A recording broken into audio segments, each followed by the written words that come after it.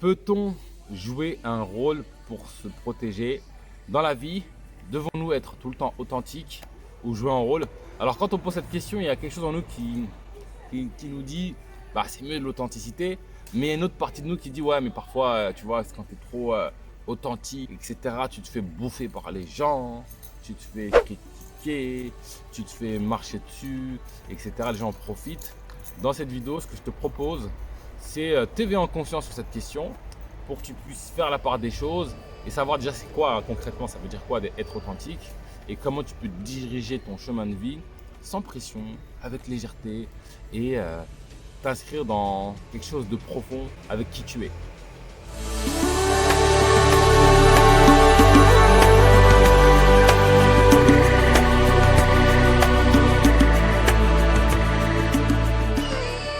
Bonjour et bienvenue dans Enquête Spirituelle, la première chaîne qui traite en profondeur des questionnements spirituels. Je m'appelle Bakary Niakaté et ici moi je te parle de connaissance de soi et de spiritualité car c'est en s'éveillant sur ces questions que nous l'humanité, nous allons bâtir un monde meilleur, nous rapprocher du divin et réussir notre passage sur terre. Donc si toi aussi tu veux trouver cette paix intérieure, si tu veux retrouver le goût de la vie, t'éveiller spirituellement et réussir sur le plan matériel et spirituel, deux choses à faire. La première, abonne-toi pour être sûr de ne pas rater le contenu d'éveil que j'y partage chaque semaine dans cette chaîne.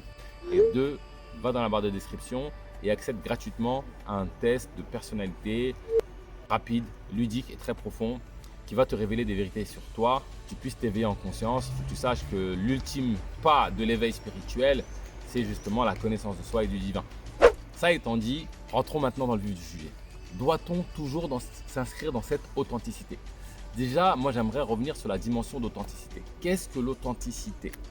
Est-ce que l'authenticité, c'est faire ce en quoi mon corps est programmé? C'est-à-dire, j'ai l'habitude de parler d'une certaine façon.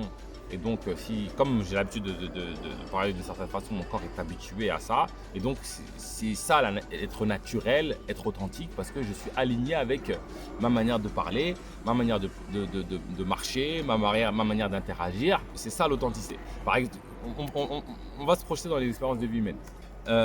Quand je suis au travail, en fonction de avec qui je suis, je vais avoir une manière de me comporter.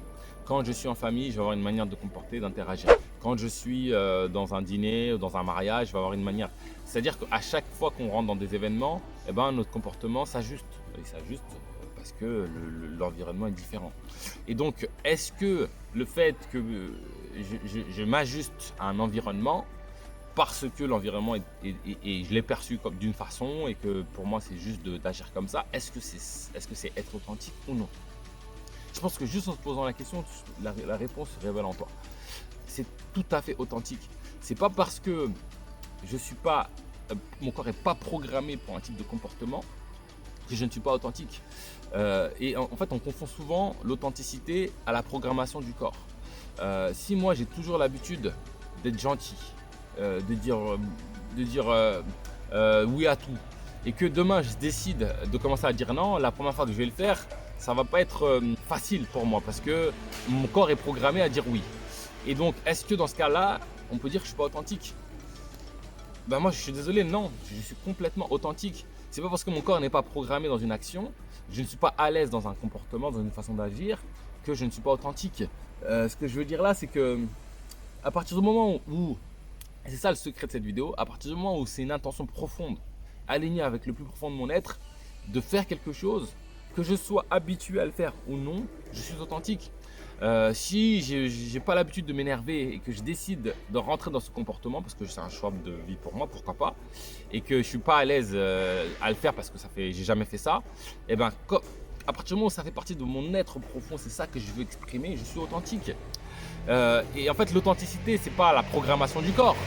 Et souvent, on va dire que c'est naturel parce que c'est la programmation du corps. Le corps, il est programmé d'une certaine façon et on peut le reprogrammer. Aujourd'hui, la programmation neurolinguistique le prouve, l'hypnose le prouve, on peut tout reprogrammer.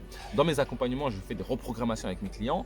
Et donc, la reprogrammation, c'est juste passer d'un état de programme de ton corps un comportement particulier, des boucles dans lesquelles on tombe, à un autre programme pour que tu puisses vivre une autre expérience. Et ce basculement fait qu'au début, c'est compliqué, entre guillemets, je ne suis pas à l'aise, mais à force de faire un truc, ça devient un truc que je suis à l'aise parce que c'est programmé. Donc la programmation c'est pas ça la nature de quelqu'un. La nature de quelqu'un, c'est ce à quoi il aspire. Et donc, être authentique, c'est faire qui me parle. Et donc, c'est tout à fait OK de changer de comportement en fonction des gens, en fonction de la situation, en fonction du milieu. On s'adapte du mieux qu'on peut avec nos moyens à la situation. Et ça, c'est tout à fait être authentique. Ne pas être authentique, qu'est-ce que c'est? Ne pas être authentique, c'est j'aspire à faire quelque chose. Admettons, je suis dans un dîner, on me propose à manger et en fait j'ai envie de manger et je dis non merci, non merci, non merci. Alors que tout mon être me dit ah c'est trop bon, on a tous fait, moi le premier, on est tous passés par là. Eh ben, je suis désolé, c'est un manque d'authenticité. Alors, faut pas se juger, faut pas s'en vouloir, c'est juste un manque d'authenticité. Si j'aspire demain, je veux me promener avec une queue de cheval et les cheveux roses, et que je me refuse de vivre cette expérience parce que j'ai peur de la critique, j'ai peur du jugement, etc. Et alors que tout mon être a envie de faire ça, et là je suis désolé, je ne suis pas authentique dans mon expérience. Je serai authentique quand c'est aligné avec qui je suis. Et si c'est aligné avec qui je suis, pour le même exemple, en fait, on peut avoir les deux cas de figure. De me dire, en fait, moi, ce que je veux, c'est me fondre dans l'environnement, c'est mon projet, c'est aligné avec qui je suis. De toute façon, on le ressent, on ne peut pas se mentir. Tu peux mentir aux gens, mais tu ne peux pas te mentir à toi-même. Et c'est tout à fait authentique de se dire, je fais une coupe simple, classique.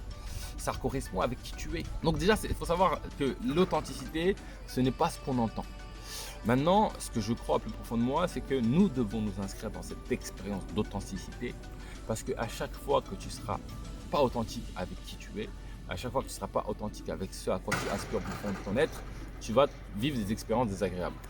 Quand je dis tu vas vivre des expériences désagréables, c'est-à-dire que déjà dans l'expérience, tu vas sentir un poids sur tes épaules, tu vas te sentir serré, tu vas avoir des signes qui vont te montrer que tu n'es pas dans l'expérience qui t'aligne, et puis tu vas créer des émotions désagréables. Et ça, si tu veux vivre des émotions désagréables, super, go. Là, tu es authentique, tu veux vivre ça. Mais ce que je veux dire là, c'est que ce qu'on veut pour nous, c'est être en paix. Ce qu'on veut pour nous, c'est vivre les meilleures expériences. Et donc, l'authenticité, c'est d'être dans ce qui nous aligne le plus profond de nous-mêmes. Et ne pas confondre avec ce sentiment de peur. À chaque fois, des fois, il y a la dimension de peur qui peut rentrer en ligne de compte. Et quand on me donne l'exemple de ouais, mais sauf qu'au boulot, si je suis authentique, les gens ils vont me bouffer, etc. Qui le dit? Qui le dit en fait? On peut tout à fait être authentique et poser un cadre pour nous. Et en fait, je pense que le trop de gentillesse, c'est quelque part un manque d'authenticité très souvent. C'est-à-dire que au fond de moi, j'aimerais dire non, sauf que j'ai pas encore développé la force mentale d'assumer ce non. Et donc, je vais me jouer un rôle artificiellement pour éviter de rentrer dans cette expérience. Donc, ce que je veux dire, c'est sois toi-même. Dis non, celui qui pleure en face de toi, il pleure. S'il chante, il chante. S'il est pas content, c'est son problème. Alors, ça peut paraître sans cœur de dire ça, mais c'est pas du tout sans cœur. Je veux dire, on a tous des voiles dans nos cœurs. On a tous des choses à travailler. Et le meilleur moyen qu'on a pour les travailler, c'est d'être confronté à des expériences qui révèlent ça. Et quand quelqu'un il s'énerve comme pas possible parce que je lui ai dit non, parce que je l'ai repoussé, c'est son problème en fait, c'est son expérience de vie. Je suis en train de me faire piquer là par des moustiques là. Je vais vite finir cette vidéo. Ah, les aléas de la vie. Enfin bref, ce que je veux dire là dans cette vidéo, c'est qu'être authentique, ce n'est pas forcément s'inscrire dans le comportement avec lequel mon corps est habitué. Être authentique, c'est faire ce qui m'anime. S'adapter à un environnement, s'adapter à des personnes, si c'est aligné avec qui je suis, c'est être authentique, même si mon corps n'est pas habitué. Et je crois profondément que nous devons s'inscrire dans cette expérience d'authenticité parce que c'est ce qui va révéler de belles émotions en nous, c'est ce qui va révéler cette paix intérieure et c'est ce qui va faire que notre expérience de vie humaine sera la plus belle possible. Voilà, c'est tout pour aujourd'hui. Si cette vidéo t'a plu, like, dis-moi en commentaire ce que tu en as pensé. N'hésite pas à partager un maximum et je te donne rendez-vous très prochainement pour du nouveau contenu autour de l'éveil spirituel.